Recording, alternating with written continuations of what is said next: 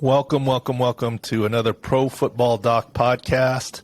We have a very special guest on today for several reasons, one of which is my man Geoff Schwartz, NFL media personality, former player, offensive lineman, and friend. We've been trying to connect a little bit over the last back and forth over the summer, and I figured, well, look, the easiest way is just for you and I to have a chat on a podcast.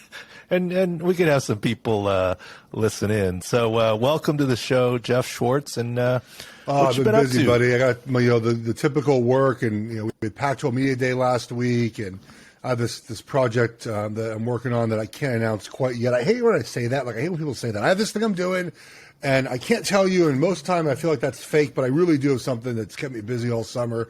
We should be able to announce it when lawyers clear off on it. And so I've just been busy, but now it is football time. We are in pads and we're ready to go, and it feels like football season.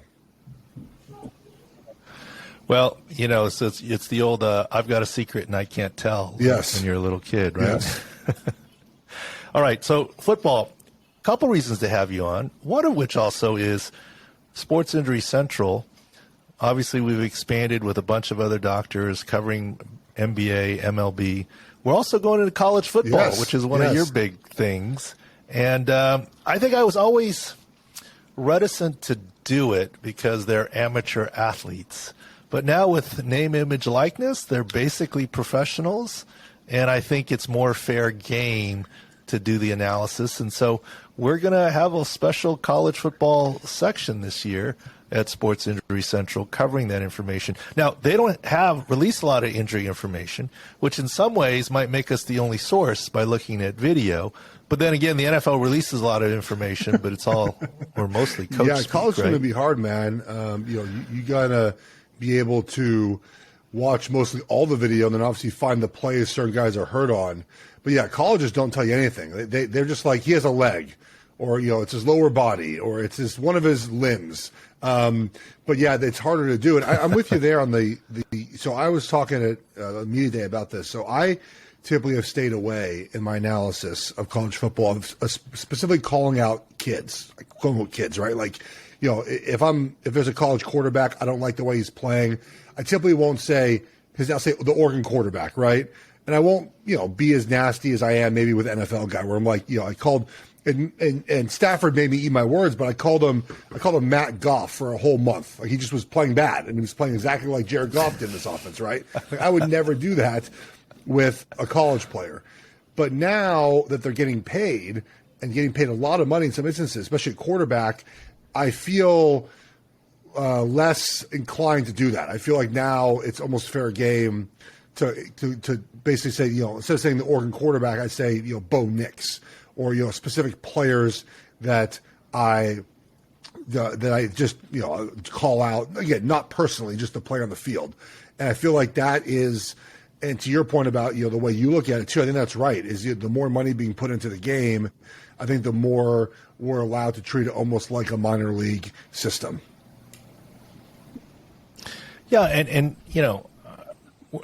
I'm just dealing in insider knowledge, and us and the other team of pro sports docs from the NFL, NBA, Major League Baseball, we're going to just be looking at video doing the analysis. So it's the video of a game is what it is. Injuries that happen in practice are going to be a lot harder to decipher. And I can't decide whether it's good that there's no information would be only source or it's bad. I'm not sure, because we do find in the NFL when there's a lot of information, but it's a lot of spin, right, of what the information is. Your brother, we've met before on the Super Bowls and different things, and I've always loved your work and so forth. But in the last Super Bowl that I, quote, covered in person, Miami, Kansas City Chiefs, your brother was there at a media day, and I went to the hotel, and I don't take the turn of real media members, right? If there's questions to be asked, I'm not trying to do that. His table was empty. No one's sitting there, and I sat down next to him, and I identified myself, who I was, and that I was an orthopedist, so that if I asked him a question, he could, know where I was coming from instead of being sidelined. And he looked at me completely deadpan, and he goes, I know who you are. I'm like, is that a good or a bad thing? Should I get up and leave? He goes, you talked about my injury. I'm like, uh-oh, here we go. He's going to be mad. I said, well, and he actually said, and he might have known, I don't know if you ever talked about me with him or not. So I think maybe just, it's your through coverage you on Twitter and whatnot. And what he said was interesting. He said, I actually liked it. He goes, you were right on about the injury. Look, in Kansas City, he said, I was getting some grief on why I wasn't coming back. And you were inadvertently defending me without defending me, saying this is the injury that he has and this is why it's hard, right? And, you know, your brother and players in general aren't going to say, hey, look at me, I'm injured more than the team is saying, right? The team is doing things for their own reason. So I was pleasantly surprised that I didn't get slugged. And he actually said, yeah, thanks. And he actually liked it. Yeah, look, I think that, you provide an analysis based on the video and there's no bias with it, right? I mean, I think that we often, get information to the public from the team side, and the team side often is not going to be maybe as truthful as they need to be because they don't have to be, first of all. And so, as players, we go through the whole time where we might feel a different way than the team tells the public. And I get that that's the way the game is going to work, but it's frustrating where you're just saying, okay, I watched the video, guy has an ACL, or he's hurt his back, he's going to be out 3 weeks, 6 weeks, 8 weeks. The team will tell you you're back in 2 weeks when it's really 4. So it's just the way it is. And I think that people at least appreciate that you're just telling how it is, man. Yeah, and look, I've had athletes disagree with me on what I was saying. I don't know. Michael Thomas said, in general, fantasy doctors. Dobbins came out a little bit, and actually Odell Beckham last year came out a little bit, and we've actually developed a friendship. And he agreed with my analysis in the end that his knee wasn't ready in summertime or spring when we did it. So I've actually enjoyed that part right there. So the season is here. My first burning question, since I'm just this superb journalist here, if you were still in the league, give me a reaction to Guardian caps. So I was asked this today. I actually asked a player yesterday about the Guardian caps, and they said it doesn't even bother them. Like they're like, it's I don't feel it. I don't worry about it. Obviously, I think the data shows, right, it reduces contact to the helmet. I was 6'7". I still am 6'7", and I haven't lost. I didn't use my head ever. Like it wasn't my concern of mine. I was too tall. But they're going to take them off for full pads, right? It just was for or is it they're wearing it the entire training camp? I think they're wearing it for most of training camp. I mean, it's new. I mean, it looks completely silly. I mean, it looks like you got like a pillow pet on your head, I mean, and I love how Jason Kelsey put bubble wrap on that. I mean, on top of the Guardian cap. But yeah, in some ways, the tight ends might not like it because the strap is a little bit in your vision, not blocking your vision, but look, if you put on a different pair of sunglasses, for me, glasses, a different frame gives you a different feel, right? And a different face mask gives you a different feel. And, yeah, they can get used to that. But the only thing I'd say, they're not going to be used in games. And the reason why is it's the multiple subconcussive blows they're worried about in training camp potentially. And it's not like going to get rid of head injuries. And the problem is if you use it in a game, sometimes you avoid a concussion by the slippery surface of the helmet, and it slides off. And with this cushioning, it sort of absorbs the blow.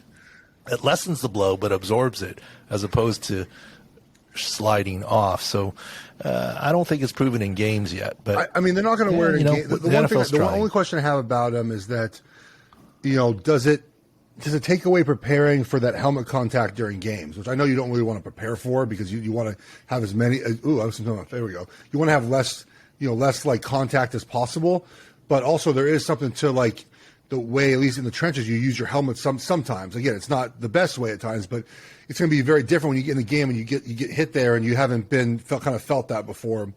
But look, if the data says go for it, then go for it. I'm indifferent. I mean, the guys I've talked to, like I said, are not bothered by it. Yeah, it's just more of an interesting. It is very. The colleges have worn it for years, though, I think. This is not new. This is new in the NFL, but it's not new on the college level. Yeah. All right, let's move on to some real football questions. So you're the offensive line guru. Look, I don't know how. Look, a couple years back, I met you about the same time that I met Dan Orlovsky through Twitter randomly. Yeah. Love the stuff, the analysis you did on Twitter.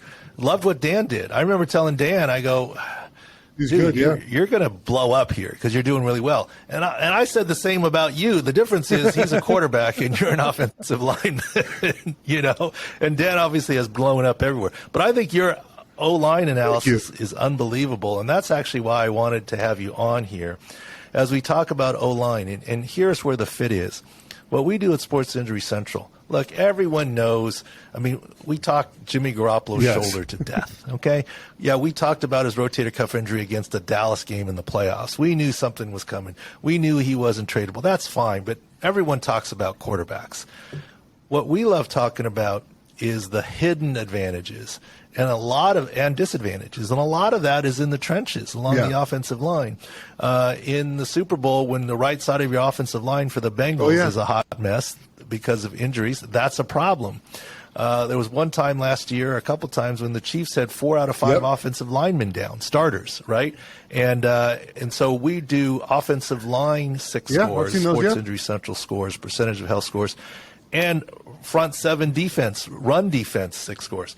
But we have some offensive line injuries, and here's the question I want to ask you. We have some examples of it. So I'll start in a very general sense. There's some line movement that's happened this year, and we're suspicious that that line movement sometimes is related a little bit to injury. Let's take the Jets, where Mekhi Becton, with a right knee issue, is now moved from the left side to the right side. There's a couple other issues too. How hard is it? Is it harder to move from left to right side, or is it harder to move from guard to tackle, in your opinion? Almost no one moves from guard to tackle. It's most often tackle into guard, right? So I would say it depends on kind of your body structure and type. Like for Mekhi Becton, he's just not a guard. Like that, the moving inside would be hard for him, in my opinion. He's too big to make that kind of transition work. You guys get under his pads too easily. But to go to tackle at his age should be fine. He's working with Duke Manyweather, which is helpful. He should grow into that spot. But I'm always concerned about guys doing it late in their career. You've seen guys, and we've seen this, where guys move late in their career and then get hurt immediately. Donald Penn comes to mind. He played left tackle for years and goes to the Raiders and gets hurt immediately going to right tackle. I got hurt playing right guard my whole career, right tackle, and going to left guard. I played 4 games at left guard, 3 in a preseason, and got hurt in my 3rd one. And then I played 1 game again at left guard and got hurt with the Giants. I played 4 games, got hurt 2 of the 4 games. It's hard to switch sides. So I think it's easier to go in from tackle to guard. But, Mekhi's young, and he should be able to make that, transition good enough, essentially. But I think that's the hardest part. It's not going from tackle into guard. Yeah, I got you. And then there are cases of guard to tackle. Elton Jenkins did it for the Packers. Joe Tooney did it for injury purposes. I think they're more of like a full-time. Injury purposes, yes, it's happened before. We had a guy in Carolina, Trevell Warren, who would go out and play tackle when Jordan Gross got hurt. I thought you meant for the long term. Yeah, No, but what we do week to week, if we have a line shuffle where, like, for example, the Chiefs in that Super Bowl, when 3 out of the 5 starters for their last Super Bowl did not ever start a game together. And, when the left tackle went down, Eric Fisher, the backup right tackle flipped over, the guard slid out. I mean, you had 3/5 of the offensive line starting a game together for the first time, and it was the Super Bowl. It's not a wonder that the Chiefs didn't score a touchdown. That's the hard part, moving, I think, sides in a short notice. We've seen – it doesn't happen very often where guards go out to tackle. You mentioned Jenkins, Joe Tooney did it. Marshall Yanda did it for a year, I think. Zach Martin has done it before. But, 2 of those guys are Hall of Famers. And Joe Tooney is an all-pro. Jenkins is very good himself. So it takes these special type of players to be able to do that. You're not really doing that very often. I did it for injuries every now and then, and I played tackle for such a long time in my career. These guys like Martin, Yanda, Tooney haven't really done tackle very much. They're just emergencies, but you can do it. And again, most of those guys that do it are just Hall of Fame type talents, and it doesn't really matter where they play. Yeah, there's no question. Talent is good. So my suspicion, debunk this if you feel free to debunk this. one of my theories of why Becton is being moved, Mekhi Becton, he was a first rounder, right, if I remember correctly. But in any case, to me, it's like if you're a left-hander making someone shoot right-handed layups. Some guys can do it, but it's not the easiest thing in the world, right, to flip sides. And one of the reasons where I think the Jets are doing it is Mekhi Becton had an MCL and patellofemoral subluxation, a patella dislocation, in what I would call his right power leg on the inside when he's playing left tackle. I think that's where it makes a little sense to put him on the right side, to have that inside leg be the, quote, stronger leg. And do you take any stock in that, or am I off base? Certainly do. Obviously, I never played. I certainly do take stock in that. Plus, I think they like George Fant played better on the left side too. I think guys can be both to be true, right? Fant is maybe better at left tackle than right tackle, and Becton, to your point about his knee, he kind of takes pressure off of it playing on the right side. So I think those both can be true. I don't really. And again, I'm not privy to what the Jets are talking about, but I can't recall many times where guys got moved because of an injury like that, where they think like, okay, it's easier on this guy's leg if he plays the other side.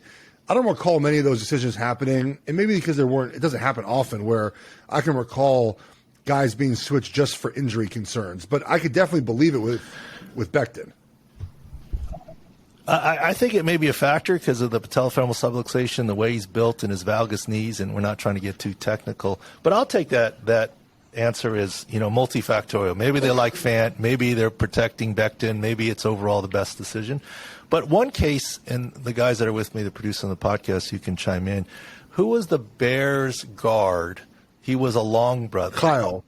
And Kyle, he had if I'm remembering correctly, a shoulder instability issue, and he flipped sides on guard to make the A-gap shoulder the healthy shoulder. I got to look that up. I got to ask him about it.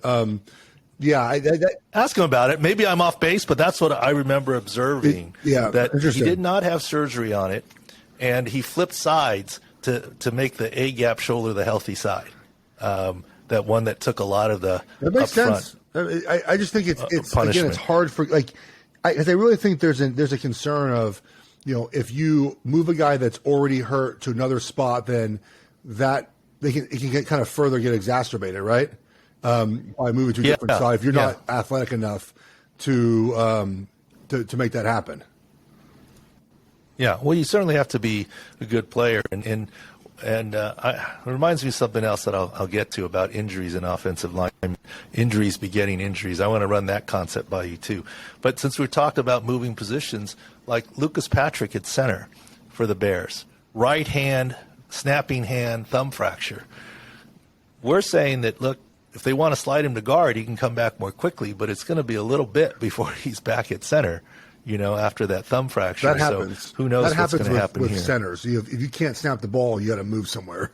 But I also think the thing about injuries is interesting because, I think sometimes offensive line and coaches and OCs get into an issue where they do too much movement based off injuries. So like if one guy gets hurt, when I came in the NFL, it was you had one backup guy who played both tackle positions, and then you had one backup that played the inside three. You remember this as well, right? And that was it. So if one guy got hurt in the inside three, that one guy would go in, and that one exact spot. If a tackle got hurt, the one tackle would go in, left or right, did not matter. And now what happens is one guy gets hurt, and then you move another guy there, and you put another guy somewhere else. And now you actually have two spots weakened because you've moved two players, right? The guy that's hurt and the guy you moved. I don't understand that idea. I think it's best to just take one injured player and remove him from the game and then put someone else in rather than moving the injured player somewhere else. Because now, Kyle Long's an exceptional player. So maybe he was the abnormality here. But if you move him to the other side, he's probably not as good. He's got a bum shoulder, and now you made the right guard worse because you moved him. And I get it. It's one specific example, and Kyle Long probably played through it. It was fine. But that idea of moving guys around, 3-4 guys around because of one injury to me just has never made sense. I'm with you. We don't like it, and we call those cluster injuries. And in our field views, we end up downgrading on the individual positional six scores if you're flopping guys around because you're just not used to it, and it's a domino effect.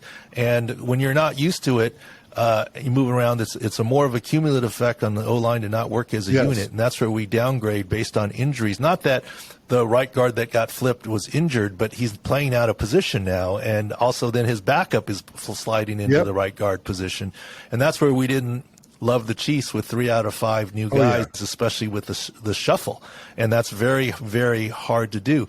And you mentioned it, flipping a guy, moving a guy, injuries beget injuries. You play out of position, and you're more likely to get injured, and you get lower in the depth chart, and you're more likely to get injured. Look, when you're blocking, you're moving your feet and you're dominating. Right. No offense to whoever your backup was. That backup sometimes is holding on for dear life. In the game of tug of war, the winning side is moving its feet and pulling its arms, and the losing side is just trying to get lower in the sand. In the game of tug of war. And same with the offensive line. So if you have a guy that maybe is not as talented as a starter, they're digging in. Well, when someone falls on the back or side of their leg, it's an high ankle or an MCL. If you're moving your feet, you're not injured. Right. So it's a strange way that injuries beget injuries. And as the season goes, we'll see the cluster injuries happening. And that's one of the things that we try and put a score on for people in football, et cetera. Yeah, the cluster injuries at offensive line, I mean, you just don't have enough guys. It's stinky. It sucks. And then you get, the worst is guys getting hurt in camp and stuff, and then it just kind of goes down from there. So, the Ryan Jensen injury is like just for the Bucs, it's just brutal. Guy gets hurt in a non-padded practice with a young cat going a little too hard. Falls into his leg. Keep your feet, right? I mean, that's the thing is it's learning how to practice. I think is so important to avoiding injuries. And the other 3 defensive linemen that were with him on that play were just chilling as they should, right? They got the rush and they stopped upon contact. And you had a rookie. I get it, early round pick, I believe, from Houston. Second round pick, trying to make a name for himself. Beats the left guard, great, and then just kind of kept going and kind of created this pile that Ryan, unfortunately got the brunt of it. So you're learning how to practice also prevents injuries too.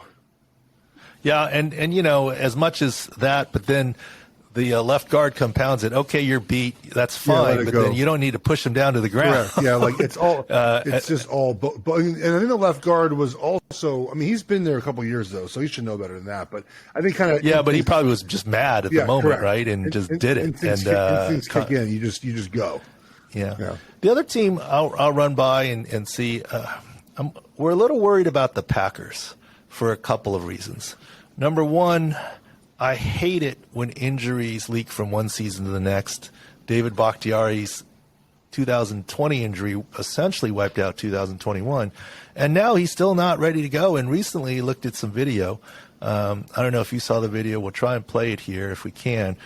But just looking at the video, the beat reporters are saying, "Oh, look, he's on the field. He's doing pretty well." Like, it's pretty obvious to me that he's favoring his left side as he does this, as he has an ACL there. And by that video, I don't think he's close.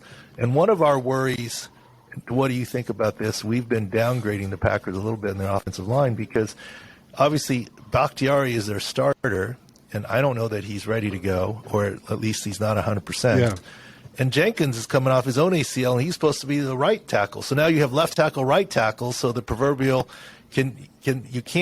you can cheat and help one side, but it's hard to seal both edges, right? I mean, in the current NFL, if you have to help both sides. Yes, and I agree with you when you're. Bakhtiari had a second procedure, they said, right? So he had like another. Well, technically, it might have been a third, right? Because he had the ACL, a second one during last season, and this offseason, maybe a third. Maybe a third one. Yeah, you hate to see that, especially as players get older. The more surgeries they get, it's typically not good. They did draft Zach Tom from Wake Forest in the 4th round, and they drafted a kid from UCLA, Sean Ryan, as well. Will probably end up playing guard, but they have some young depth there. But you're right. If they're out, both those guys, we saw last year in the playoffs, they really hurt them, right? Like the offensive line. And this is where it's magnifying the playoffs, guys, because you're facing better defensive lines. You just are.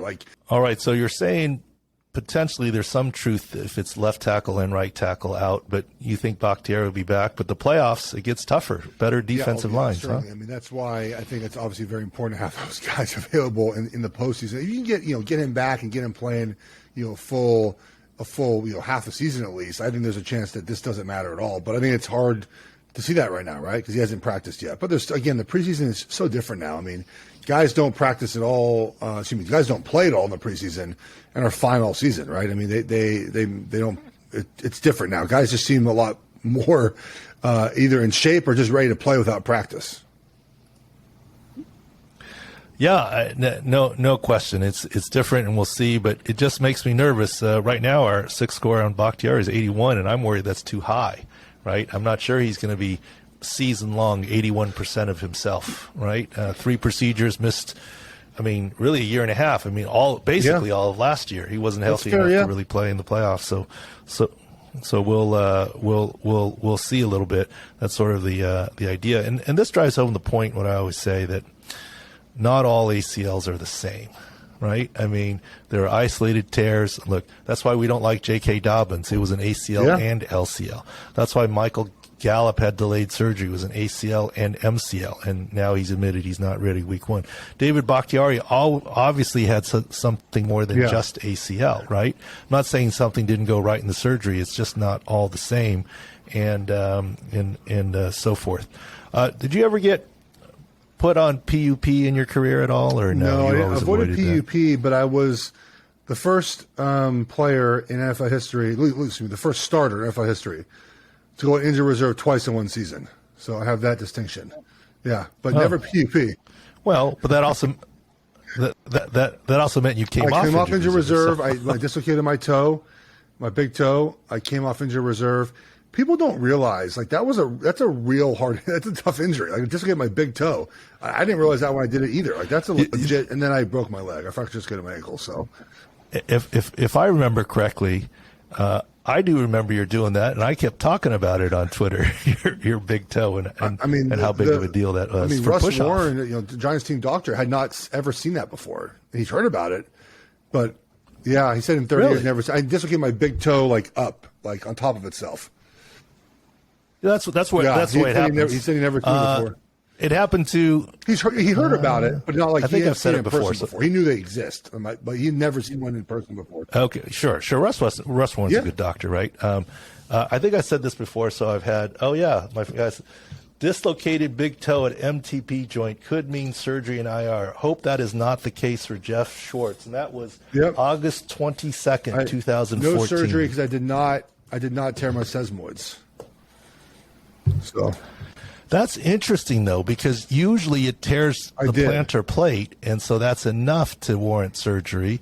I've said it before in other podcasts, so I believe I've had permission, but that's what Antonio Gates had in the playoffs one year when he tried to play. I had the plantar plate tear, but then I went to see Anderson, and he said that I did not tear my sesamoid, so I didn't need surgery, so healed. Yeah. Oh, good. Yeah, it was. Yeah, it was. He said he thought it would be, but it wasn't. So I was like, "Cool, no surgery, great." So that's your kind way of saying your tweet was wrong. Well, no, I didn't need surgery. It was great. It was. I played. I came back. I got the dislocated toe part. I mean, here's an injury that Russ Warren has never seen himself in person. And on Twitter, I said you dislocated your MTB joint big toe. You got to give me some points for that one. Yeah. Oh, dude, it was funny. He tried to put it back on the field. And I was in a lot of pain, and Ronnie was like, "Can we just go get an X-ray first?" He was trying to put it back on the field, and it was like, "Can we just get this done first?" He was so excited to put it back. They eventually, obviously, did after we got an X-ray. Well, I don't blame him for that because I put Gates's back on the field through his shoe. It was obvious through his shoe that it was. I don't think my shoe was off yet. I think he was trying to. No, the shoe was on. I left Gates' shoe on. I was like, oh, he's got a dislocated toe. Did you put it back? You could see it through the shoe, and I put it back with the shoe on. So they told me get surgery. They told me that it actually was a good thing they couldn't put it back right away because that meant that it was still kind of stable. Where if they had if it was easy to go back in, it means everything was torn to shreds or very loose. Wait, and you believe that? I'm just telling you what I was told. I'm joking. It's actually true. It's actually true. It took him it's actually true. It took 3 people to put it back. One held to hold my 2 people held my legs. I think a third held my foot, and then maybe 4 like put it back in. It might even being it was either Russ or Brian Kelly did it, but it was yeah. So the moral of that story is Geoff Schwartz's big toe is stronger than 3 people. Yeah, I guess so. Yeah, it was stuck. It was just or 3 doctors. So maybe not 3 people. Gross, 3 weak people. It was gross and stuck right there. 1.5, 2. Yeah. Yeah, but the staff is saying that equals 3 doctors equals about 1.5 or 2 there you go. people in strength. So. Very, very good. Well, Geoff, really, thank you for the time here. Really appreciate you. You've been a good friend over time. And look, I'm still waiting for you to prove me right and explode much bigger than you already are. Thank you. I'm on the way. Let me tell you, your analysis is so good and so spot on with everything. We really appreciate it. I'm on the way. So I'm going to send you a picture of my toe, too, because it's fun. It's like my favorite injury picture. It's pretty gross. All right. Can we add it to the podcast? Just text it to you. Go ahead. Be my guest. This is the toe that's stronger than 3 human beings. Yes. That'll be the headline. Or 1.5, yeah, what we said, yeah. All right, thank you guys. All right, talk to you thanks, later. Geoff. Bye, guys. Appreciate you. All right, many thanks to Geoff Schwartz for his coming on the podcast. I'm telling you, follow him. Good guy, the whole deal. Maybe now that his brother's retired, there'll be Schwartz and Schwartz podcast and it has to be coming up, right? Yeah, there's marketing opportunities for that, yeah. Yeah, all good. So anything else you want to cover, guys? Football, we want to move. There's nothing really basketball. There's some baseball news, but anything else we miss on football that you want to cover? Yeah, I think just seeing a lot of chatter on Twitter. I mean, it's training camp and everyone's excited, so everyone's got to have their fantasy take and everything moves the needle way too much now. But with the PUP, I mean, it's active PUP. It counts against the roster. There's no downside for teams starting a player on PUP. But the big news is whenever a player comes off, it's like, oh, he's ready to go. Michael Thomas is ready to go. James Robinson's ready to go. Chris Godwin ready to go. Ready to go. Yeah. Yeah, this is remember, was it last week? Right when training camp started, he said, bad news season is here. Yeah. You see what I'm talking about? Yeah. All the off season is optimism. And now the season starts, and forget the injuries we're seeing. Like James Washington just went down, and we just looked real quick after the Schwartz segment, and it might be turf toe, but this is beat reporter shaky hand sideline video. Right. There was a report of Jones fracture, which would be the other side of the foot, but we're saying right foot. At least we're right that it was foot, not knee. But action moves fast. I mean, Amari Cooper went down, all this stuff, and absolutely. And we don't like it because we don't have all the video, but it moves fast. Bad news for new injuries, but also bad news. Like, who knew David Bakhtiari had a 3rd knee surgery, right? In the off season, you don't hear about all that. Who knew about all these things? The entrance exams, you get a lot of information when they come in. You get a lot of entrance exams. But also, everyone's optimistic, okay? Look, I respect, we've talked about J.K. Dobbins and Michael Thomas saying fantasy doctors and, saying your fantasy doctor was wrong. I don't take that personally. I don't really know fantasy, as I tell you guys all the time. I know injuries. Hopefully I'm not a fantasy doctor. I'm a, quote, real doctor. But the bottom line is, look, were we that far off?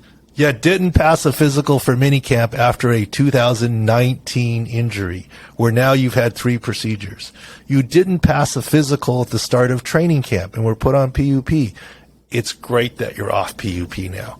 But if you haven't been able to pass a physical, 2.5 years after initial injury, a year and a half after playing your last snap, what's to say that in a week or two you're now 100% from not passing a physical? And that goes back to answering your question, Jacob. PUP does not mean done for the season. Getting off PUP does not mean 100%. Let's talk some examples here. Remember, injury recovery is not binary. It's not a light switch. You're 100%, you're not. It's not like Michael Thomas couldn't do anything when he was on PUP, and now that he's off of PUP and past the physical, he's now magically 100%. I mean, if he were 99.9%, would they have cleared him on a physical? I think so. But the only way you can be 100% today is if you were 99.9% yesterday. Is he really changing that much? So, where was he? Maybe 75, 80% to decide he's good enough to practice with the team, which is what signals clearing a physical. So let's take another example. When you're on PUP, it means you don't pass a physical. You cannot practice with the team in any way, shape, or form unless you pass the physical. You have to work off to the side with just the athletic trainers. So a lot of times when guys come off PUP or aren't put on PUP, the team is projecting they're getting there and that, hey, they're going to benefit more by practicing with the team. Admittedly, maybe just individual period. They're probably not even doing 7-on-7s, much less 11-on-11s. They're not going to put pads on and be out there for contact. And that might be the case, let's say, Chris Godwin. I think fans were surprised. Oh, he didn't go on PUP. That means he's fine. No, it doesn't. It just means he's doing well enough that he can benefit from practice with the team, maybe individual period.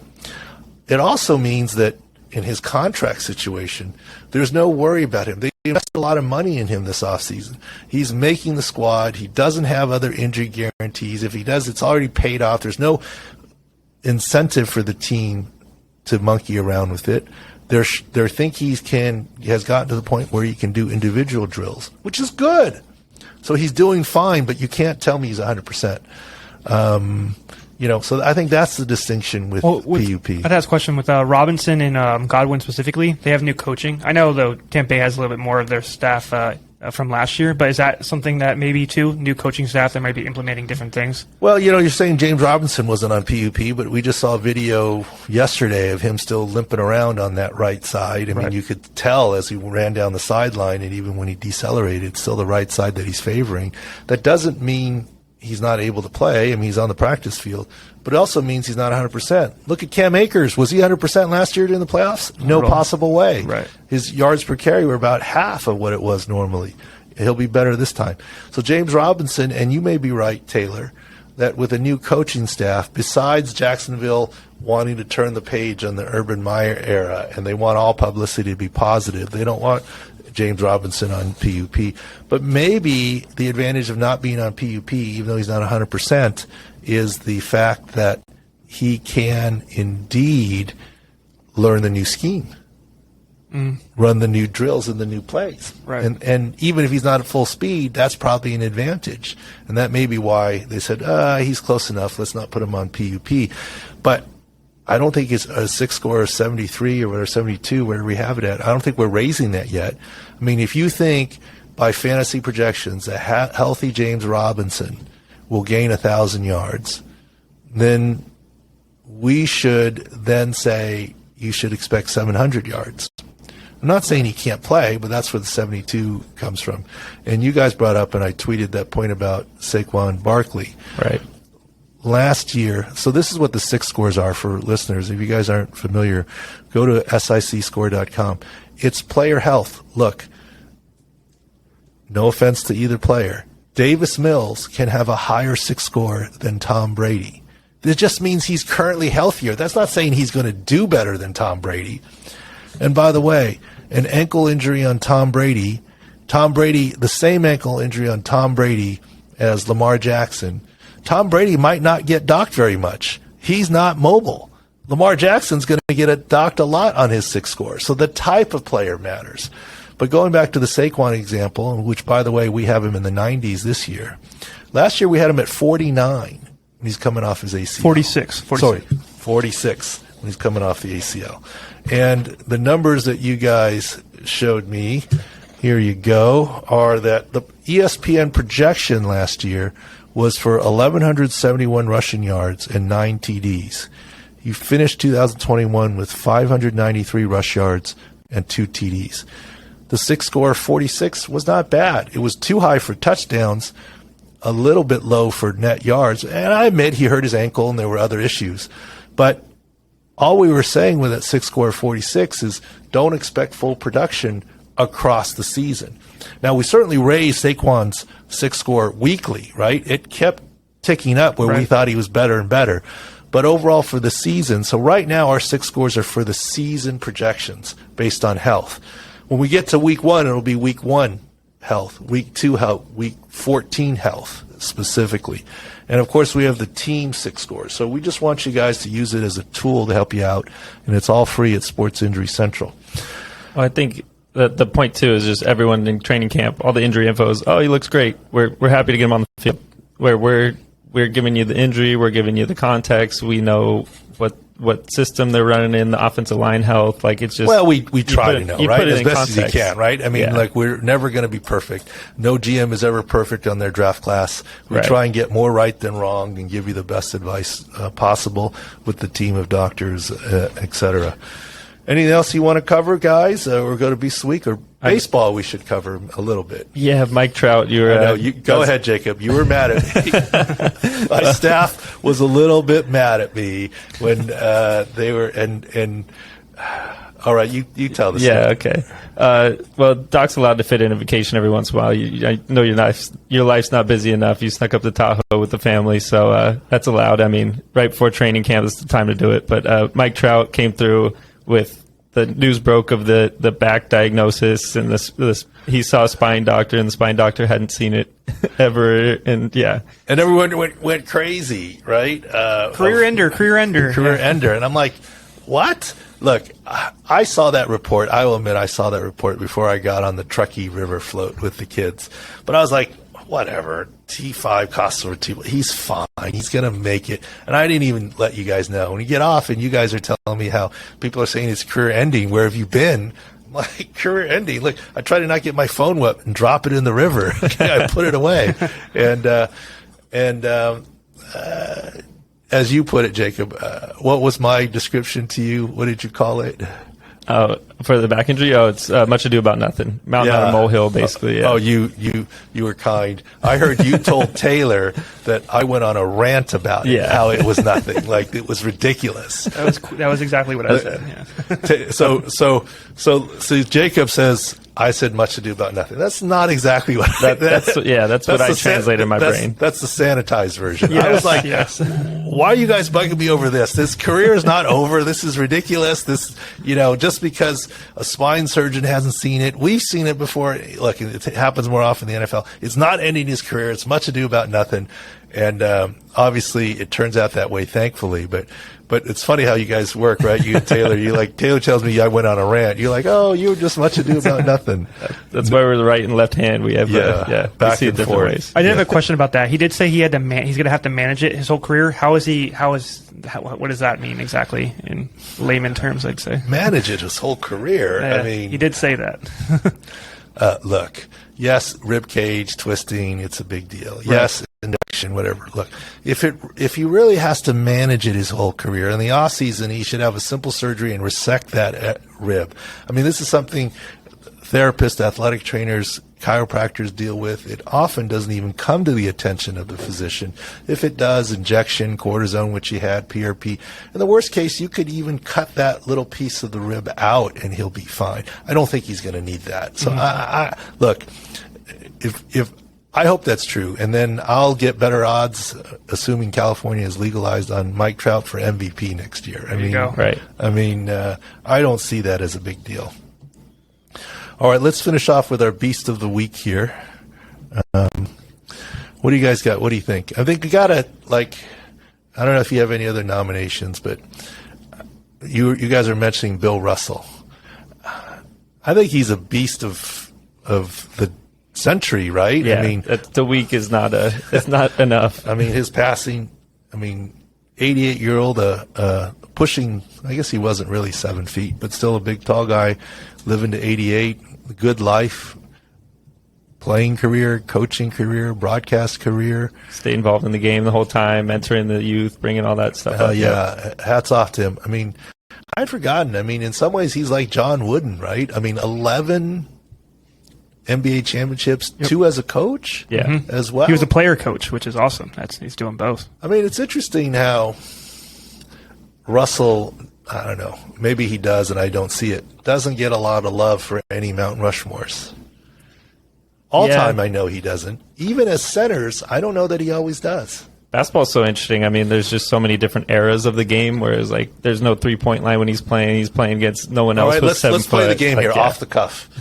Mount Rushmore of NBA centers. Who are they? Bill Russell, Kareem, Hakeem Olajuwon, Shaq. Okay, who are we forgetting? We're forgetting a lot. We're forgetting a lot. I mean, if you're going by eras and Wilt things, Chamberlain. I mean, Right. Wilt That Chamberlain, should be number one. I think George Shaq's Mikan. off for, yeah. George Mikan. Yep. Hakeem Olajuwon, you guys say already? Yeah. Dave All right. David Robinson. Okay, so let's put them out there and let's have our own little corner here. So Wilt Chamberlain as nominees: Wilt Chamberlain, Bill Russell, Shaq, David Robinson, Kareem, Hakeem Olajuwon, Yes. George Mikan, did you say? George Mikan. That's 7. Yep. Patrick Ewing, maybe? Patrick Ewing. If you go by championships, Bill Russell's on the list. Yeah. He's the number one by championships. By Yeah. championship, but he makes the Mount Rushmore. Yeah. I mean, Wilt has to be on the Mount Rushmore. Oh, And definitely. you got Kareem just has the most points. He's maybe on there for that. I mean, I grew up in L.A., so I'd say so. But, I mean, what about Bill Walton? Yeah, I was going to say it's a good one, too. He's right on the tier 2. I would Moses say, Malone. top of Moses the tier Malone 2. was a pretty good center as well. You'd have to take Bill Russell over Moses Malone. Yeah. So he's on the Yeah, I cusp. mean, I mean, He averaged 22.5 rebounds for his I feel like I career. gotta chime that's, in. Yeah. That's pretty good. by championships, he's the lead dog on that Rushmore. Yeah, let Justin I think say you're something. right He's that the Bill Celtics Russell guy. All right. is Mount Rushmore. We're saying top 4, right? That's Bill Russell. I think you got to go Kareem, you got to go Wilt, and then I think the only real debate is between Shaq and Olajuwon. Personally, I think that's probably the debate. I think if you're grasping that's for the straws, fight if you for try the to fourth find spot, others. Justin, you don't like black and white NBA players like before color on TV? George Mikan.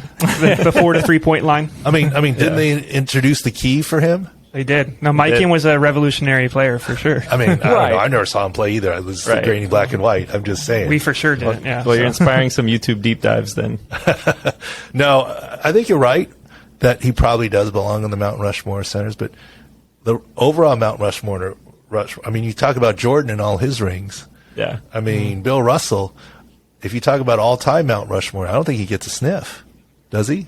I don't think No, so. I think when he you- doesn't get the same respect because they're saying, no, he's not playing against Yeah, any if other you do competition centers in alone, those he's on the days. list. But when you open it up to everybody greatest of all time, that's when the debate of era can come in. I think you introduce that because what Jordan did in his era, it's hard to debate. I don't know. It's crazy. Well, there's 4 on the Rushmore. You're already forgetting the position already. So you're already kind of cutting people out already, right? Anyways, so it's already limited. Yeah.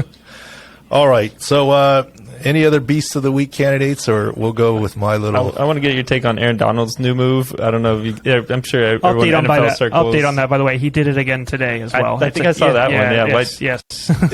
Is he telling people who's boss? Is he showing them a new move? Who's the What's rookie? he doing? Do you know the rookie, Taylor? It's an undrafted rookie. I do not. Yeah, see, that's the point, though. That's why he's doing it on him. Is it the same guy? Chill out. It's the exact same guy every time. He's yes. the designated Aaron Donald new move guinea pig. Is it a new move, or he's saying, "Chill out, guy"? Don't get anyone injured here. What's he doing? Maybe just asserting his dominance in the defensive unit. I don't think he what needs to do happens that, if you go though, against me. right? I don't think so either. But that's how you stay in charge, right? That's interesting perspective. If a coach did that to a player, he'd be gone. Yeah. Right. It doesn't look good from video. Yeah. Player to player, Elite player too, right? Elite boys player. will be boys, and if you did that in high school, it'd be called bullying. Yeah. Yeah. It's weird though because he shakes him 4 times and he pats him on the chest like drill done. Like they talked about it before. Like it's like you did a good job. Like whatever he did there, Aaron Donald think that was enough. So it's Look, interesting. Yeah. Well, Aaron Donald is just a beast. We won't say Beast of the Week. I kind of like this Everton thing. I don't know if you guys saw it. Justin will show it. This fan, I guess, for the soccer club Everton, yeah. had really been helping a lot of Ukrainian refugees in relief. And they literally called them out of the stands to take a penalty kick. And it was a real penalty kick. Right. Now, admittedly, they were up 3-0. It was a friendly as well too. And it was a quote friendly. Yep. And clearly the other goalie didn't really make a move. Right. But, I mean, this tops, the NHL stories where you have the Zamboni driver coming out of the crowd as the third goalie to come into a game. I mean, this literally is a fan. It's a pot-bellied fan. I mean, that came out and they had a jersey for him too. It was fitting and everything, right? So, did they roster the guy? Do you know? I mean, I don't think so. I feel like you have to by rules. He would have to be on the bench. But I don't know. I don't know if the rules are friendly. Friendly might be a little different rules. But you know what? I think there's a lot. We'll call him a beast. Good job helping the refugees and so forth. But I don't know. Maybe there's a promotion in here. You win the lottery. You know how there's certain leagues, you win the lottery or win a contest, you get to call a play. Like, in some of these, maybe you get to throw a pass or kick a ball, or you get to come out of the stands and do something that would randomly draw a season ticket holder to. Yeah, why not? Right? Better than the half court shot at for $1 million in the NBA stuff. Anyway, so we'll make him the Beast of the Week for his good work. Absolutely.